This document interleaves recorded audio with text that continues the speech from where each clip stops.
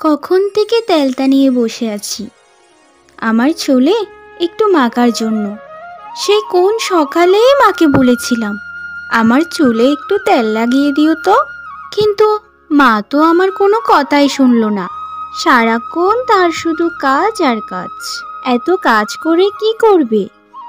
এই যে আমিও তো একজন মেয়ে আছি, আমার তো এত কাজ নেই। সারাদিন শুধু রূপচর্চা করি, এতেই তো আমার হয়ে যায়। খেতে পারলে খেতে পারবো, আর না খেতে পারলে নেই। কিন্তু মা যে কাজটা করতে থাকে সেটাতে তো গভীরভাবে মগ্ন হয়ে পড়ে। এটাই আমি সহ্য করতে পারি না। মা, ও মা, এখনো কি তোমার কাজ হয়নি? এদিকে এসো তাড়াতাড়ি। সেই কখন বলেছিলাম যে চুলে একটু তেল লাগিয়ে দাও। তাড়াতাড়ি এসো বলছি, তোমার কাজটা বেশি নয় আমার থেকে। না রান্না করলে খাবি কি বল? চুপ করে বসে থাক, আমি এক্ষুনি আসছি। সেই তো বসেই রয়েছি, আর নতুন করে বলতে হবে না আমায় কিছু। আমার এত সুন্দর রেশমি চুল, এই চুলগুলো দেখেই তোমাদের সহ্য হয় না। মানুষের মেয়েদের যদি এরকম চুল থাকতো তাহলে তো রাজরানী করে রাখতো। বেশি পেয়ে গেছো তো, তাই আর মূল্য দাও না। আচ্ছা রে বেলা, তোর কি হয়েছে বল তো? আমি তো বলেছি তোর বাবা কিছুক্ষণ পর খেতে আসবে। আমায় তো রান্নাটা করে তারপর তোর চুলে তেলটা লাগিয়ে দিতে হবে নাকি? এভাবে যদি কাজ ফেলে রেখে তোর চুলের পেছনে সময়টা নষ্ট করি তাহলে ঘর সংসার দেখবে কে? তুই তো কোনো কাজই করিস না, সারাদিন শুধু চুলের উপর জুলুম করিস। একটু ভদ্রভাবে কথা বলো মা। এটা চুলের উপর জুলুম নয়, এটা হচ্ছে চুলের রূপচর্চা। এতদিন যদি চুলের যত্ন না করতাম তাহলে তোমার চুলগুলোর মতো পাতলা পাতলা চুল থাকতো আমার। আচ্ছা শোনো মা, আমি এত ফালতু কথা বলতে পারবো না। তুমি আমার চুলে একটু তেল লাগিয়ে দিতে পারবে কি? যদি পারো তাহলে বলো, আর না হলে আমি কোনো একটা ব্যবস্থা করে নেব। আচ্ছা বেলা, তুই একটা কথা বলতো, তুই সব সময় এরকম ছোট মানুষের মতো জেদ ধরিস কেন বলতো? দুদিন পর স্বামীর বাড়িতে যাবি, এখনো যদি তোর বয়সের ভারটা না রাখিস তাহলে তোর শ্বশুর বাড়ির মানুষ কি বলবে বলতো? এখন আমি পারবো না রে, পারবো না। শোনো মা, একদম শ্বশুরবাড়ি করবে না। যেদিন আমার জন্য একটা কোটিপটি জামাই এনে দিতে পারবে সেই দিন আমার সাথে কথা বলো। এর আগে আমাকে বিয়ের কথা কোনো দিনই বলবে না। আমার এই রূপ বিধাতা দান করেছি কি ওইরকম দিনমজুর চাষাবাসার কাছে বিয়ে করতে? আমি তো ওইরকম কোটিপতিই আশা করি সব সময়। হায় রে, তুই তো তোর সৌন্দর্যের সাথে নিজের মাথাটাও নষ্ট করে ফেলেছিস। কি লোভী মানুষের মতো কথা বলিস। তোর বাবার কাজটা আগে দেখ, তারপর কোটিপতি জামাই চাস। তুই কি ভুলে যাচ্ছিস যে তোর বাবা একজন কোমরের মেয়ের বিয়ে হবে কোটিপতির সাথে? এটা কেমন হাস্যকর শোনা যায় না? যা যা, এখন একটু হাতে হাতে কাজ করে দে আমায়, তারপর যত কথা বলার আছে বলিস। শেখ শেখ, কাজগুলো শেখ।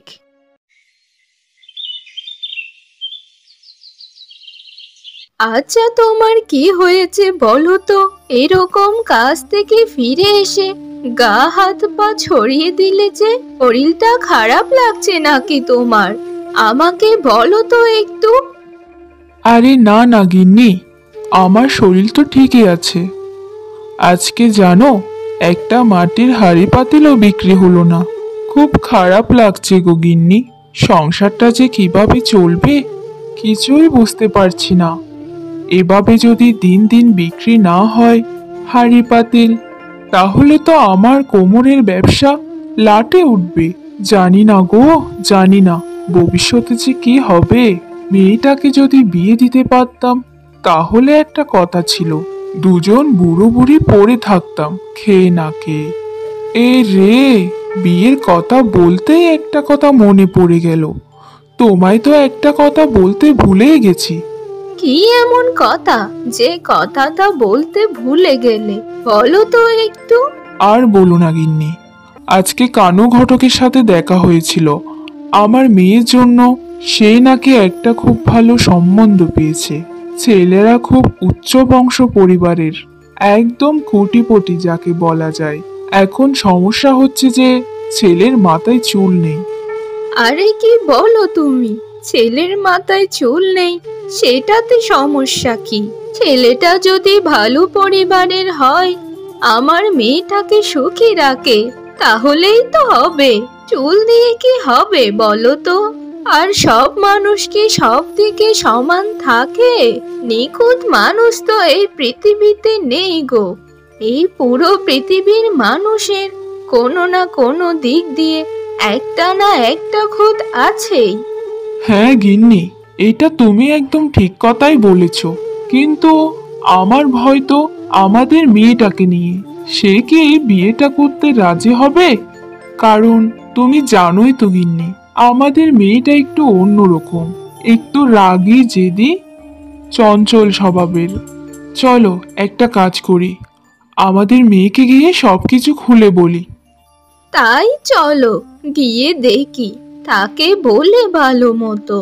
যদি রাজি হয়ে যায় তাহলে তো খুবই ভালো হয়। মা, বাবা, কি এমন সংবাদ পেয়েছো যে তোমরা দুজন মিলে আমাকে ডাকছো? তাড়াতাড়ি বলো, কি বলবে। আমি আমার চুলে তেল লাগাচ্ছি। আসলে তেল দেওয়ার মতো তো কেউ নেই এই ঘরে, তাই আমার কাজ আমাকেই করতে হয়। আমার এত লম্বা চুলের যত্ন যদি না নিই, তাহলে আমার কোটিপতি স্বামী হবে কি করে? কি গো বেলার বাবা, তুমি চুপ করে আছো কেন? তুমি এই কথাটা শুরু করো না। আমার তো ভয় করে তোমার মেয়েকে। চুপ করে থেকো না গো বেলার বাবা, বলে ফেলোই না। আসলে হয়েছে কি মা, তোর জন্য একটা ভালো সম্বন্ধ পেয়েছি রে।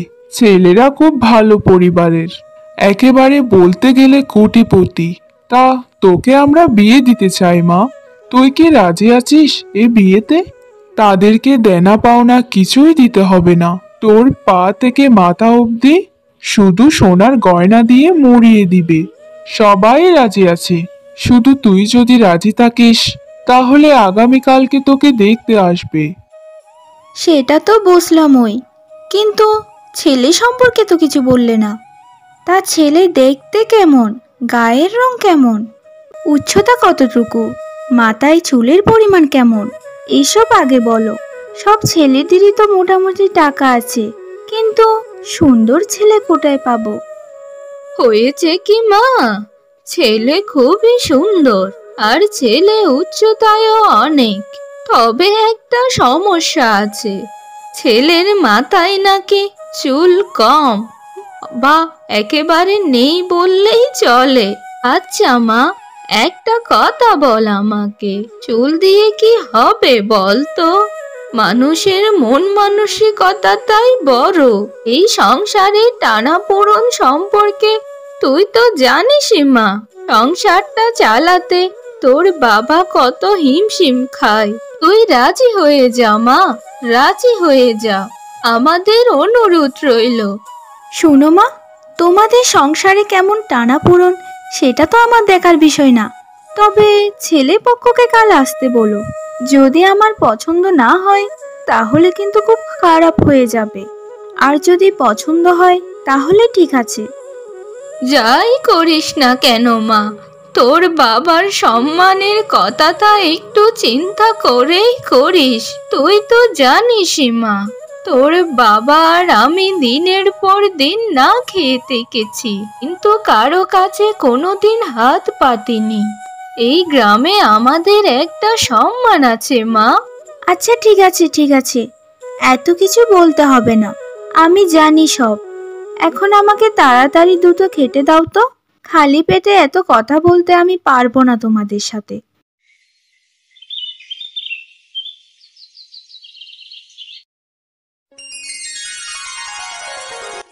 বাবা বাবা, আপনাদের মেয়েকে তো আমার খুবই পছন্দ হয়েছে।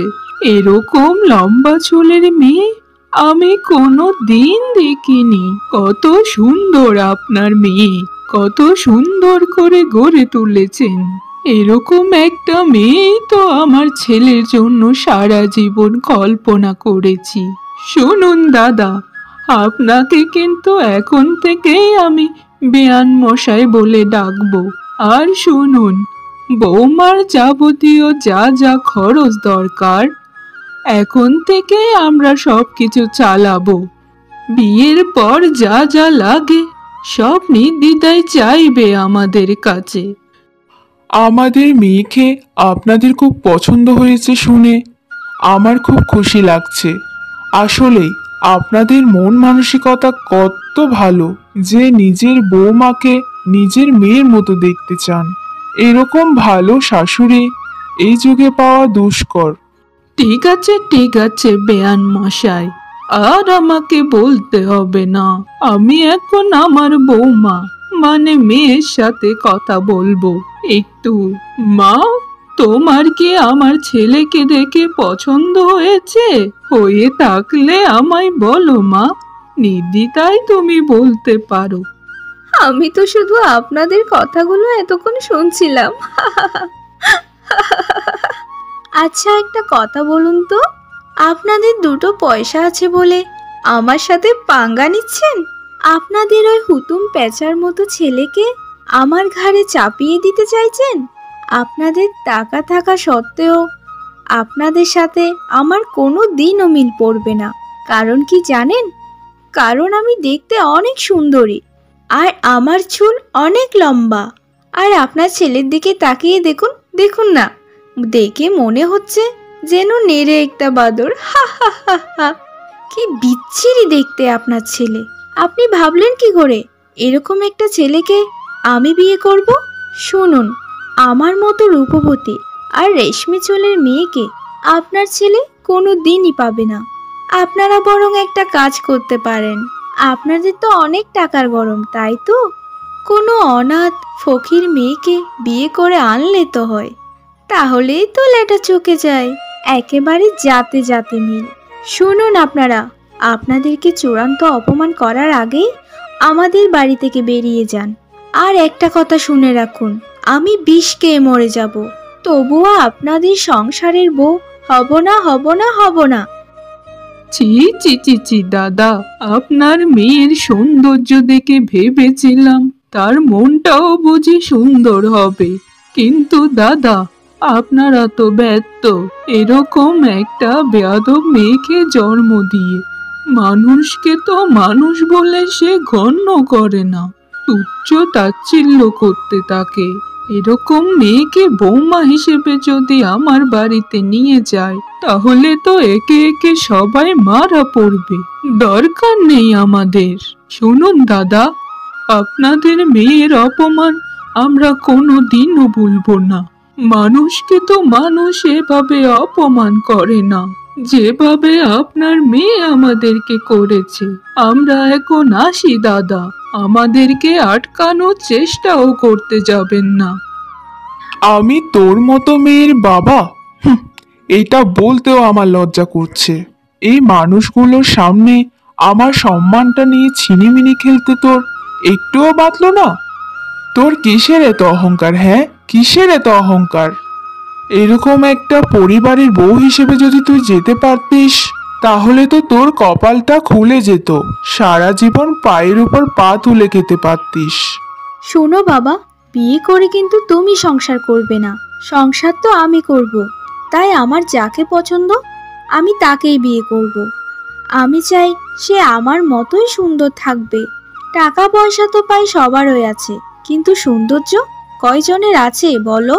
তোমাদের সাথে থাকতে থাকতে আমার মাথাটা খারাপ হয়ে যাচ্ছে। শোনো বাবা, আমি এই বাড়ি ছেড়ে চলে যাচ্ছি।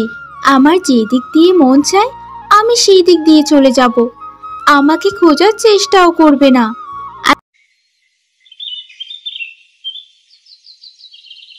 আজকে যাই হয়ে যাক না কেন, বাড়িতে আমি আর ফিরবো না। বাড়িতে কি কোনো শান্তি আছে? সারাক্ষণ শুধু আমার পেছনে সবাই লেগে থাকে।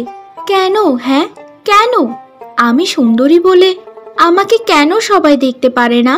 সবাই কেন আমায় হিংসা করে? আমি যেদিন একটা কোটিপতি সুন্দর ছেলের কাছে বিয়ে করতে পারবো, সেদিনই আমি সবাইকে দেখিয়ে দিব এই বেলা কি করতে পারে আর কি করতে পারে না।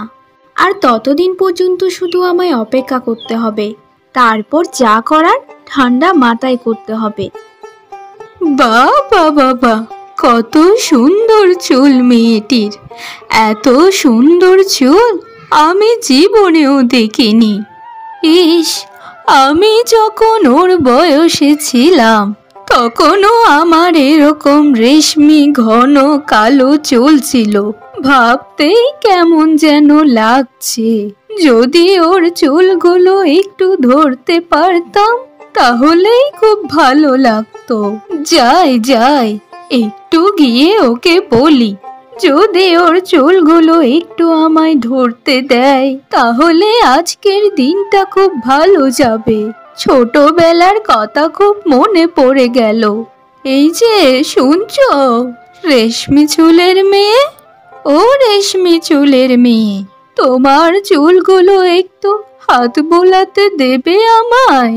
তোমার সুন্দর চুলগুলো দেখে আমার ছোটবেলার কথা মনে পড়ে গেল। বাবা, এই টেকো বুড়ির শখ দেখো। আহা হা হা, দুদিন পর মরবি, এখনো শখ গেল না। তা বলি, কত টাকা এনেছো আমার চুলগুলো ধরার জন্য? আমার এত সুন্দর চুল এমনিতে তো ধরা যায় না, খরচা তো করতেই হবে। শোনো শোনো টেকো বুড়ি, আমার চুলগুলো যদি ধরতে চাও তাহলে তোমায় আমায় 10,000 টাকা দিতে হবে। তুমি কি পারবে 10,000 টাকা দিতে? তাহলে আমার চুলগুলো তোমায় ধরতে দেব, আশ্রাতেও দেব। এ কি রকম কথা বলছিস রে তুই? 10,000 টাকা? এত টাকা তো আমি সারা জীবনেও দেখিনি। তোর চুলের এত মূল্য হবে আমি তো আগে জানতাম না। তবে আমার কাছে 2 টাকা আছে, সারা দিন ভিক্ষা করে পেয়েছি। ওই 2 টাকা নিয়ে আমায় তোর চুলগুলো ধরতে দিবি মা? কোন দিন না কোন দিন মরে যায়, তাই কোনো আশায় আর রাখি না। চুপ কর হতচ্ছাড়ি টেকো বুড়ি, কোথায় 2 টাকা আর কোথায় 10,000 টাকা? বুঝে শুনে কথা বলো, না হলে কিন্তু তোমায় ধাক্কা মেরে এই পুকুরের জলে ফেলে মেরে ফেলবো। যাও এখান থেকে বলছি, যাও। যত সব বুড়িরা যে কোথা থেকে আসে, আমার মনটা এমনিতেও ভালো না, আরো মনটা খারাপ করে দিল। তোমার ওই ঢাকলো মাথায় চুল গুছিয়ে তারপর সেই চুলে হাত বুলিও কেমন? হা হা হা হা হা। বাবা রে বাবা, তোর এই চুল নিয়ে এত অহংকার! এরকম মেয়ে আমি জীবনেও দেখিনি। শোন মেয়ে, এই চুল তোর থাকবে না রে, থাকবে না। খুব তাড়াতাড়ি তুই পস্তাবি। তোর এই চুল আর তোর মাথায় থাকবে না। তারপরও যদি তুই কান্না করিস, তুই কোনো সমাধান পাবি না। আমি চলে যাচ্ছি, আর এখনো সময় আছে। যদি ক্ষমা চেয়ে নিস তাহলে তো ক্ষমা পাবি, আর না হলে তুই শেষ। এই টেকো বুড়ি, এই তুই কাকে হুমকি দিচ্ছিস বলতো? এখনো সময় আছে, এখান থেকে চলে যা। না হলে যদি তোর ওই লাঠিটা আমি কেড়ে নিই, তাহলে কুজো কোমর নিয়ে যখন হাঁটতে পারবি না, তখন তুই কষ্ট কাকে বলে বুঝতে পারবি। ঠিক আছে, আমি চলে যাচ্ছি, কিন্তু আমার কথাটা মনে রাখিস, তোর সর্বনাশ হবে।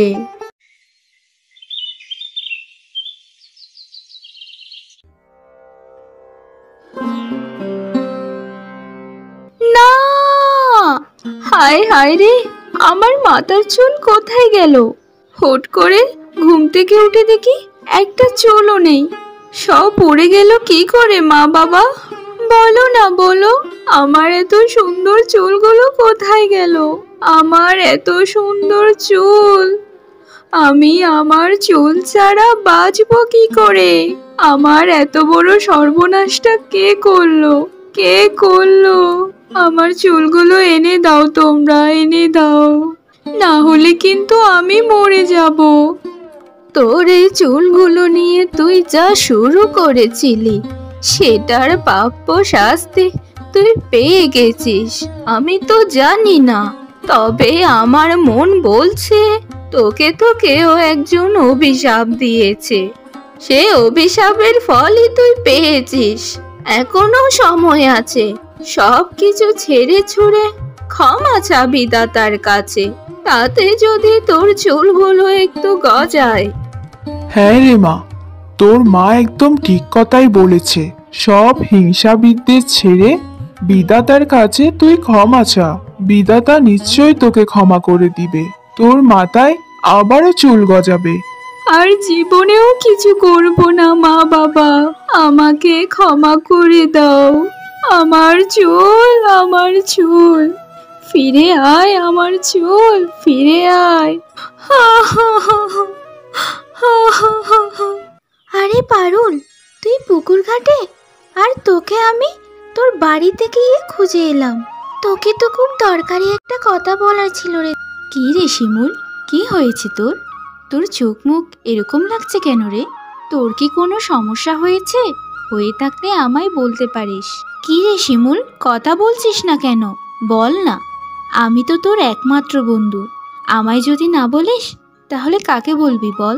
জানিস পারুল, বাবা মা আমার বিয়ে ঠিক করেছে। আমি কত করেই না করেছিলাম যে আমি পড়াশোনা করব। আমি এখন বিয়ে করতে পারবো না, কিন্তু মা বাবা তো আমার কোনো কথাই শুনছে না রে।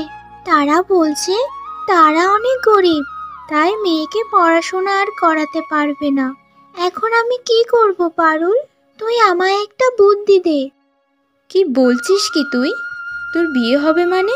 সবেই তো আমরা অষ্টম শ্রেণীতে উঠলাম। এখনই যদি তোর বিয়ে হয়ে যায় তাহলে আমার কি হবে বল? তুই পড়াশোনাটা চালিয়ে যাচ্ছিলি বলে বাবাও তো আমাকে পড়াচ্ছিল। এখন আমার কি হবে?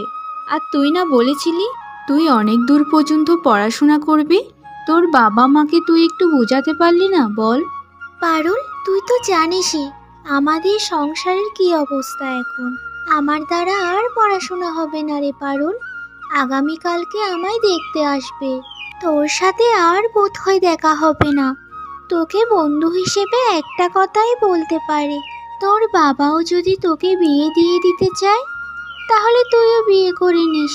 আমার তো বাবা মা দুইজনই আছে, কিন্তু তোর তো তাও নেই, শুধু বাবা আছে। তুই একদম ঠিক কথাই বলেছিস রে শিমুল। আমার কপালটা তো তোর থেকেও পোড়া।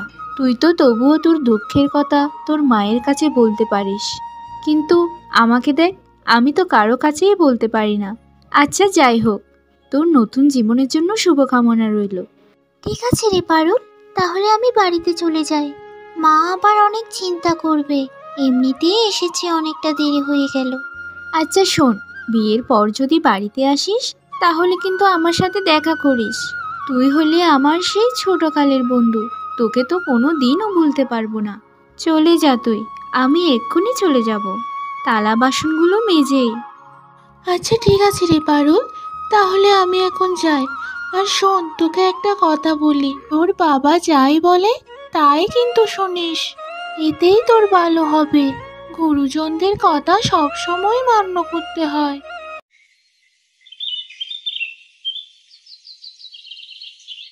বৌমা, আমার ছোট ছেলেটার জন্য ঘটক মশাইকে বলেছিলাম একটা পাত্রী দেখতে। ঘটক মশাই বলল আমার ছেলেটার সাথে মিলিয়ে একটা পাত্রী দেখেছি, খুবই সুন্দরী। ওই পাত্রের বাড়িতে তোমাকে আর আমাকে যেতে হবে। ভালো মন্দ খোঁজ খবর তো নিতেই হবে, বুঝেছ? তাই 2 দিন পর তৈরি থেকো বৌমা, দুজন মিলেই বাড়ি থেকে বের হব। ছেলেটা তো শহরে থাকে, তাই ওকে তো নিতে পারবো না। ঠিক আছে মা, যাব মানে 100 বার যাব। এটা কি আবার বলতে হয় নাকি আমার দেবরকে বিয়ে করাবো আর পাত্রী দেখতে আমি যাব না? পাত্রীর সাথে দেনা পাওনার কথাও তো বলতে হবে নাকি? আপনি তো আর সব কিছু মুখ ফুটে বলতে পারবেন না, আমাকেও তো কিছু বলতে হবে। আমি 2 দিন পর তৈরি থাকবো। ঠিক আছে বৌমা, আমি জীবনে কিছু পাই আর না পাই, কিন্তু তোমার মতো একটা বৌমা পেয়েছি যার মনের সাথে আমার মনের অনেক মিল। আমি মনে মনে যা ভাবি সেটা তুমিও ভাবো, এটাই তো সব থেকে ভালো লাগে আমার। অমিল হলে কি আর সংসারে টেকা যায় মা? বলুন, মনের মিলই হচ্ছে সবচাইতে বড় মিল।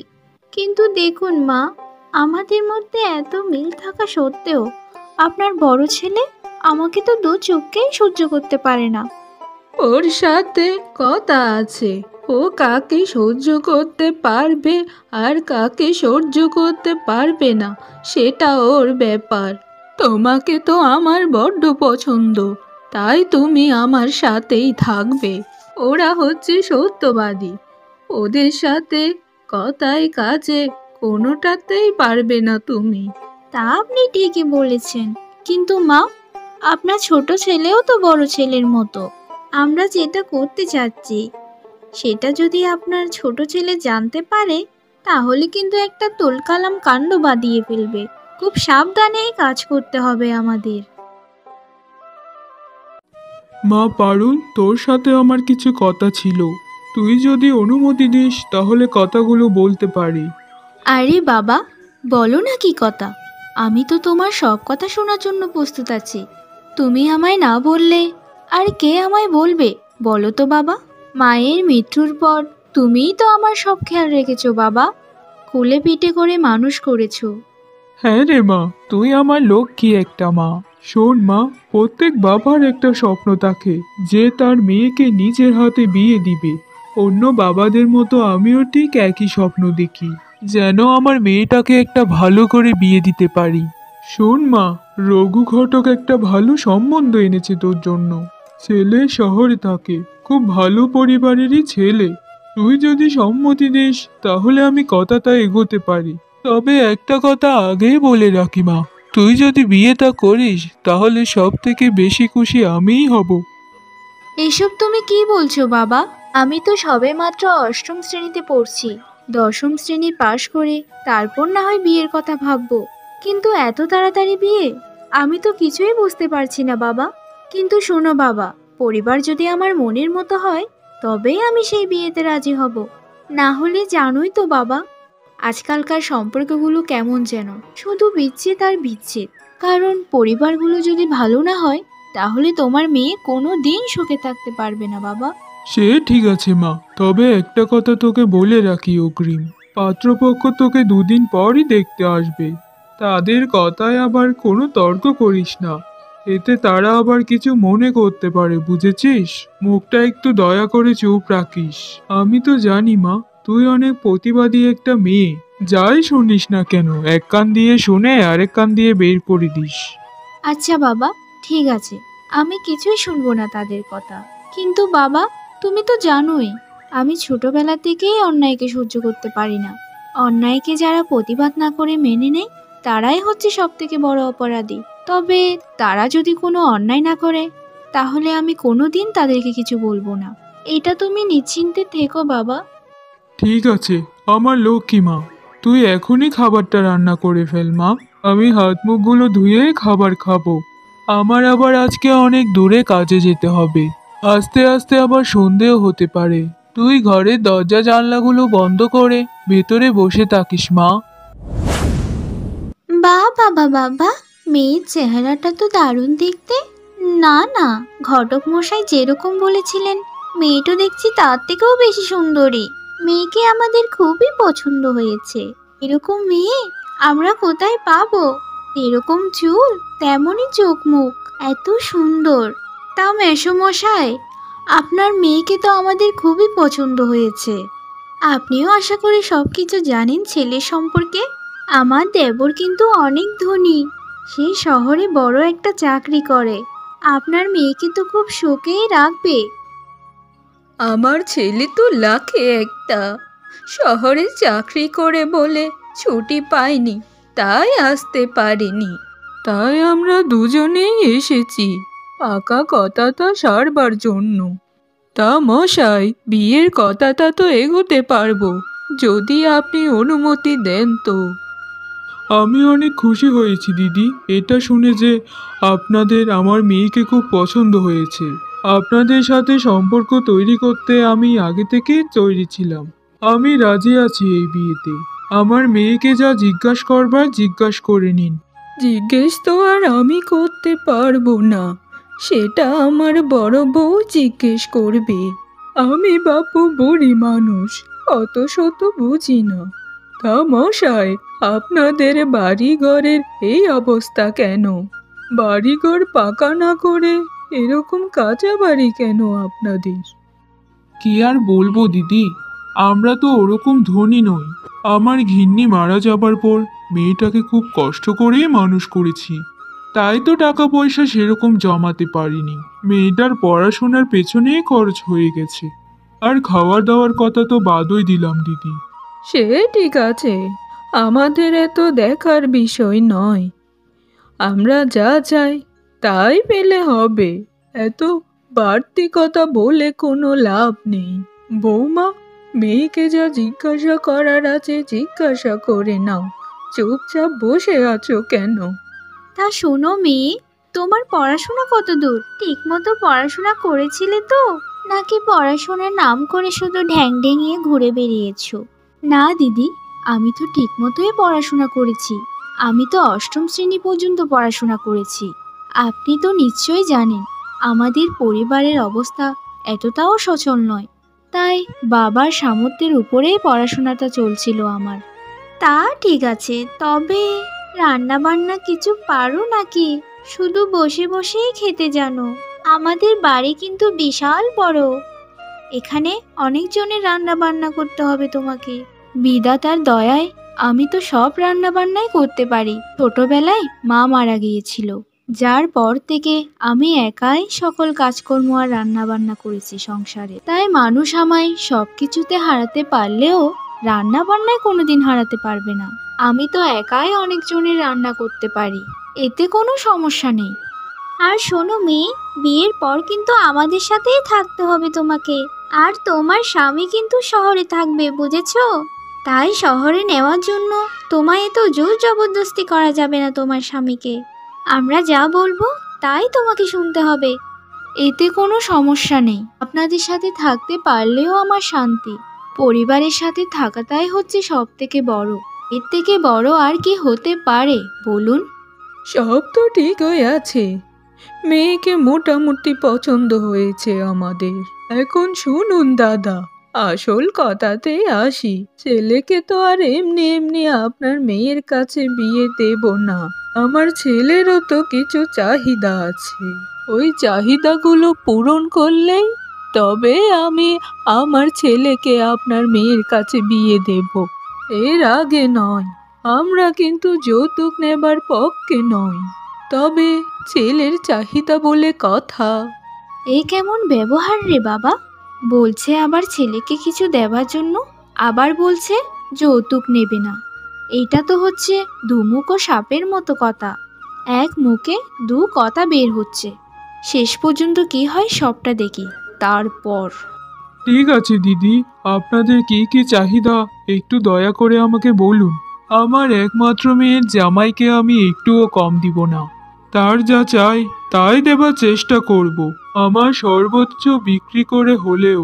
শুনুন তবে, আমার ছেলে হচ্ছে বড়লোক ঘরের ছেলে, তার একটা 2 চাকার গাড়ি তো লাগবেই, আর 1 বিঘা ফসলের জমি, একটা আলনা আর একটা শোকেস, আর দামি ঘড়ি আর কাঠ পালঙ্ক, আর আপনার মেয়েকে এই তো 8-10 ভরি গয়না দিলেই হয়ে যাবে।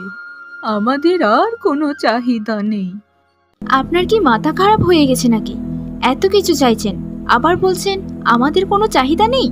আপনি কি এখানে ছেলেকে বিয়ে করাতে এসেছেন, নাকি ছেলেকে বিক্রি করতে এসেছেন?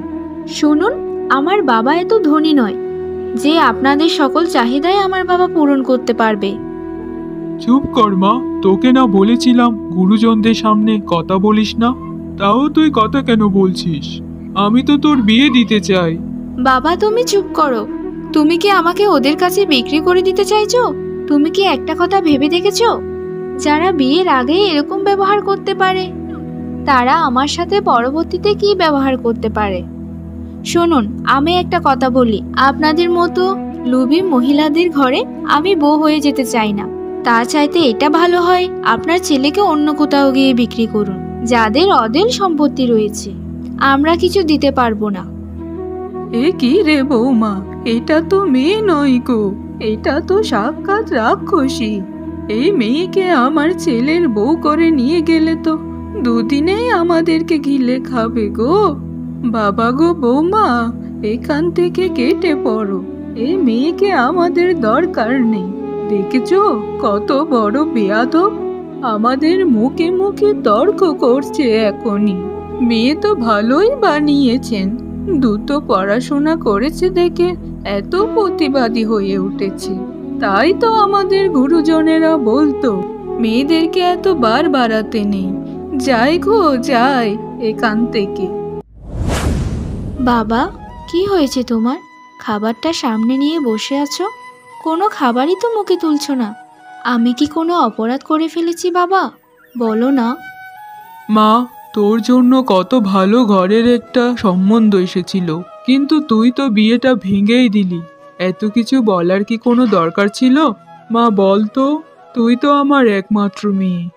তোকে যদি কিছু দিয়ে বিদায় দিতে না পারি তাহলে কেমন বাবা আমি হলাম বল তো? আচ্ছা বাবা, ধরো তুমি আমাকে বিয়ে দিয়েই দিলে, ওরা যা চায় তাই দিয়ে দিলে, কিন্তু পরবর্তীতে? আচ্ছা বাবা, তুমি নিজেকে একটা প্রশ্ন করো তো, যে মানুষরা এত যৌতুক চায় একজন ছেলের জন্য, সে পরবর্তীতে তার বউয়ের সাথে কি কি করতে পারে বলো? তারা যে আমার সাথে ভালো ব্যবহার করবে তার প্রমাণ কি বলো? তুমি কি চাও বাবা তোমার মেয়ে অশান্তিতে থাকুক? আমি তো চাই আমার মেয়ে সবসময় শান্তিতে থাকুক, সুখে থাকুক। ঠিক আছে মা, এই বিষয়ে আমি আর তোর সাথে কোনোদিনও কথা বলবো না। তুই যা ভালো মনে করবি তাই হবে, কারণ সংসারটা তো তুই করবি মা। তুমি আমাকে সত্যিই অনেক বেশি ভালোবাসো বাবা, যার জন্য তোমাকে আমি এত ভালোবাসি। তুমি আমাকে কত বুঝো বাবা, তুমি হচ্ছে পৃথিবীর সব থেকে ভালো বাবা। আচ্ছা বাবা, বিয়ে কি সব? আমি তো চাই সারা জীবন তোমার সাথে থাকতে। আমি পড়াশোনা করে চাকরি করে তোমার সাথে সারা জীবন থাকবো বাবা। আমি কারো বাড়িতে যেতে পারবো না, তোমাকে ছাড়া তো আমি কোথাও থাকতে পারবো না বাবা। তুমিই হচ্ছে আমার সব বাবা, তুমিই আমার সব। আমার লক্ষ্মী মেয়েটা আমাকে নিয়ে কত চিন্তা করে। তোর মতো মেয়ে যেন ঘরে ঘরে পায় মা, ঘরে ঘরে পায়। বাড়িতে কেউ আছেন? এটা কি গোপাল মশাইদের বাড়ি? যদি বাড়িতে কেউ থাকেন, একটু সারা দিন আপনাদের সাথে কিছু গুরুত্বপূর্ণ কথা আছে। কে আপনি? ভেতরে আসুন। বাবা ভেতরেই আছে, যা বলার ঘরের ভেতরে এসে বলুন।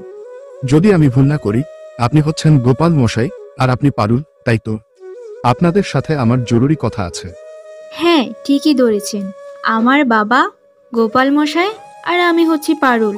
কিন্তু আপনি কে বলুন তো? আপনাকে তো ঠিক চিনতে পারলাম না। হঠাৎ করে একজন অপরিচিত লোক এসে আমাদের নাম জিজ্ঞাসা করছেন, এটা কেমন কথা হলো বলুন তো? দয়া করে আপনার পরিচয়টা দিন, তারপর কথা বলা শুরু করুন, তাহলেই বেশি ভালো হয়। 1 মাস আগে আপনাদের দেখতে এসেছিল দুইজন, আমার মা আর আমার বড় বৌদি। আমি ওই মায়ের ছেলে পরশ। তখন আপনি আমার বড় বৌদি আর মায়ের সাথে খুব দুর্ব্যবহার করেছিলেন। তা তখন কি আপনার বৌদি আর মাকে নিয়ে নৃত্য করতাম?